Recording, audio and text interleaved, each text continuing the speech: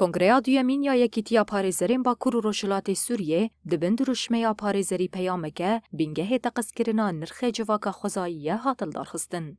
Kongir bi beşdarbûna 72 delegeyan li navenda çand û huneriya Mihemed Şêxoya Qamişloyê hatin darxistin. Di roja duyemîn de rêzîknameya yekîtiyê hate xwendin û li gorî rêzîknameyê Komîteya Daravî û Komîteya Displînê hate pênasekirin. Erk û armancên wan jî hatin nasandin. Hevseroka yekîtiya parêzerên Herêma Cizîrê Nisrîn Osman axivî û awayê rêveçûna roja duyemîn a kongreyê vegot. برنامجی خدا خویا کردن و ایروژی برداوامبونا وینای خواندنا رزقنامه ام نرخاندن رزقنامه دکن و ماده انه قریب بیاننا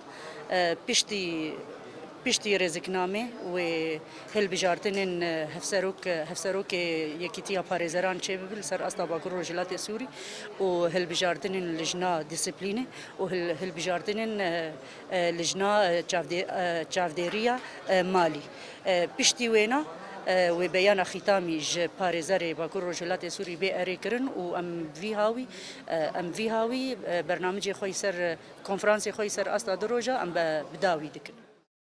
هروها پارێزەر Fethullah Hisso diyar kir ku çi madeyên qanûnî hebin ew nîqaş dikin û dixin dengdanê. Ana di münaqeşat nîzam daxilî de ne di kongir de em münaqeşat dikin madde û em taswîtê ser dikin. Çi pêwîst e tadîlek bi ya muqterehek bi ji xwe em didin dengdanê û taswît ser dibe û em serraz dikin. Em hîn di münaqeşat nîzamên daxilî de ne ji xwe di piştre wê ara û muqterehat çêbin, taswîyat wê çêbin.